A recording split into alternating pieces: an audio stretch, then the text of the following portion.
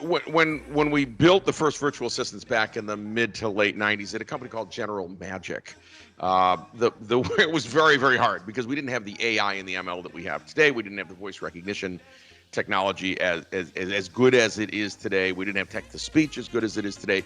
But the vision was true to today, and that vision is that we want assistants, one or more, but also assistants in everything we do, at work, at home, whatever. However, of course, most of us can't afford to have, people just tagging along and taking care of everything that we want. And even in the work environment today, there's sort of less and less of this assistant that handles your calendar or other appointments or travel or whatever it is.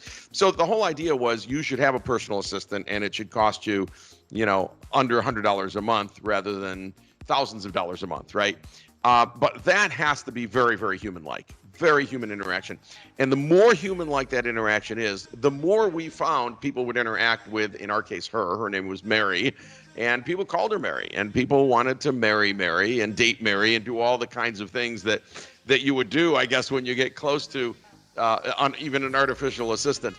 But we did find that the usage was amazing, and that technology ultimately went on to power General Motors' OnStar system, their virtual advisor, and the underlying technology got licensed by Apple for Siri and Google for the Google Assistant and Amazon for Alexa, and all of it, sort of everybody leveraged that very large patent library to do this work. But I think in the future, we will, if we're looking out 10 years from now, all of us are going to have some kind of personal assistant that is virtual, that helps with certain kinds of tasks that we do during the day, because everything that we're doing in AI, everything all the way from the mid-90s on up, is all about improving productivity, our own productivity. We all want to be more productive, and the more productive we are, frankly, the more profitable our companies are, the more money the companies make, the more money there is to sort of toss around. And if you go back in history, since the invention of the wheel,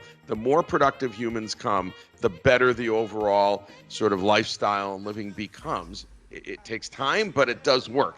So more productivity is a very good thing, and that's really what this is ultimately all about.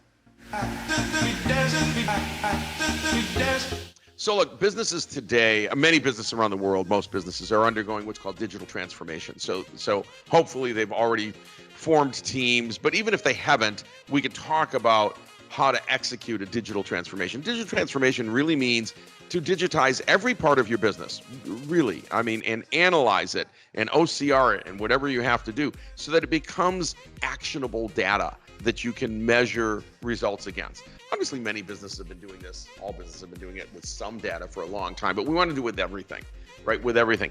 If you run a landscaping business and you have, 300 people out there mowing lawns, let's say, there's an opportunity to digitize that business and find out what equipment you don't need, what equipment you can reposition, what equipment you can sell, maybe new equipment you should buy. There's all kinds of analysis you can do. Let's just start with that.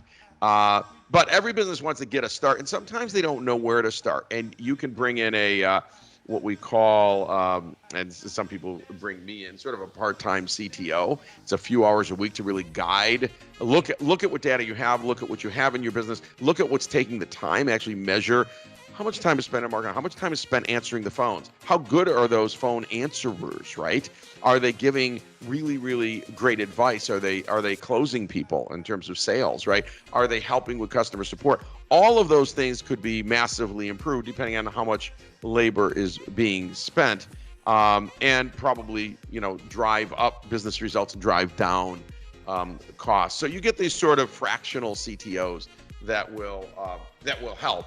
And they become a little member of your team for an hour or two a week, just focused on how do I transform this business from where it is today to 1 or 2 years from now, highly digital, leveraging AI and machine learning, leveraging the best of all technologies, right? Not just that cloud, IoT, all of those are valuable. And in fact, the intersection, real digital transformation is the intersection of IoT, that's Internet of Things, so that's devices monitoring things. So IoT and cloud and AI. And when you put those three together, that's your game changer.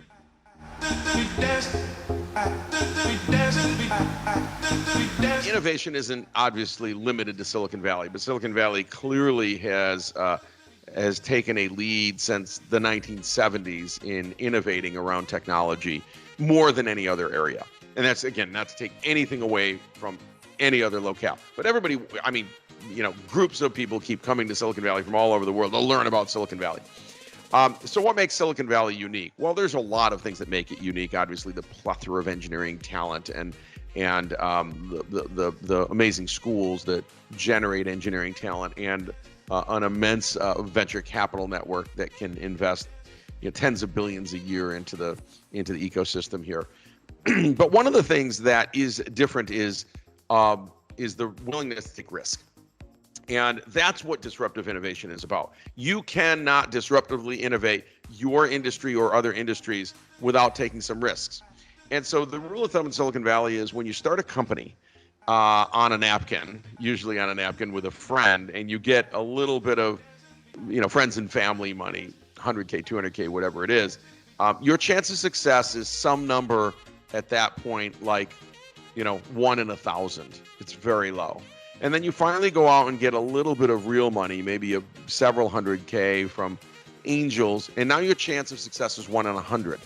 And finally you get venture money, meaning 5 million or more, let's say.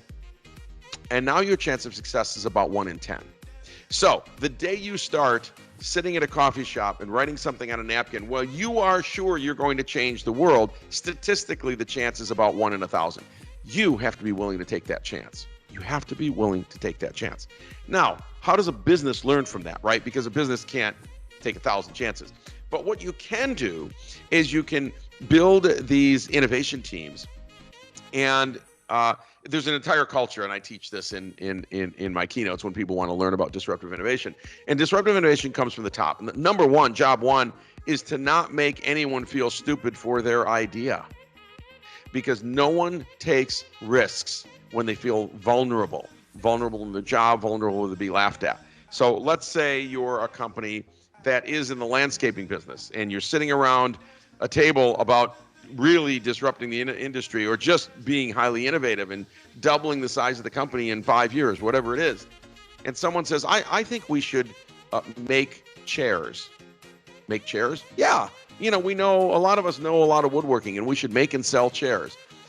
Everyone, I know what you're going to say when you're listening to this. You're going to say, oh, we're going to laugh at that.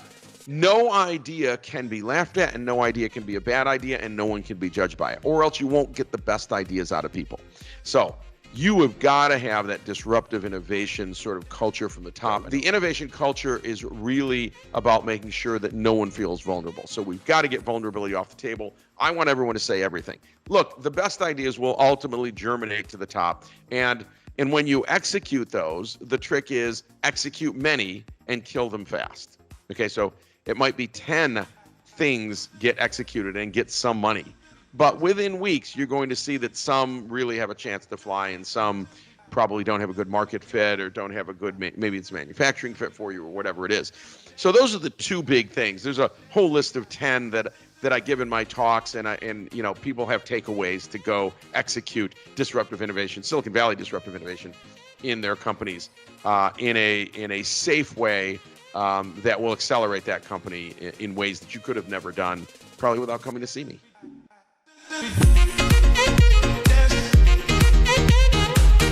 Look, AI can be a complex topic, and what I try to do is put it into very, very, very simple topics, simple words, simple ways, so that when people leave from the audience, they go, oh, that's just math. Oh, and now I understand what it works. So that when we say, a neural network, what is a neural net? Well, how does that work? And I can show them very simply in 5 minutes, and they'll walk out and go, well, I wouldn't want to build it. I wouldn't want to do it myself.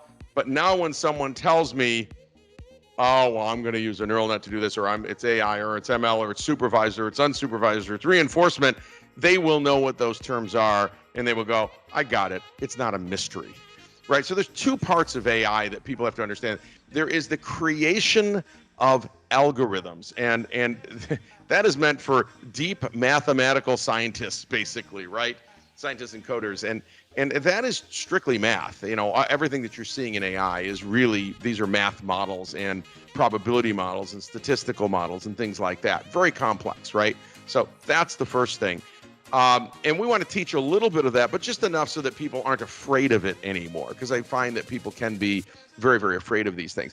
And then the other side is applied AI, is to take that amazing math and amazing models that have come out of that and apply it. What we want to do is apply it to something, right? And that's where all the fun is, and that's actually where all the wins are, right? I've got to apply this thing called generative AI. I need to apply it to an actual field and get some value out of it. And we teach you how to do that and how to think about all of the things you do in your business and where might I apply this, and then what vendors are there that can help me. There's startups, there's bigger companies, all kinds of things, right? So we just want to make it easy for everyone, so that when they walk in the room, they're probably scared of it. When they walk out, they're not scared, they're ready to embrace, and they're excited about it. And I've been doing this for, I don't know, 10 or 15 years or something. So we've been talking about AI that long, and I've been teaching people just enough so that they're no longer scared, and it works really well.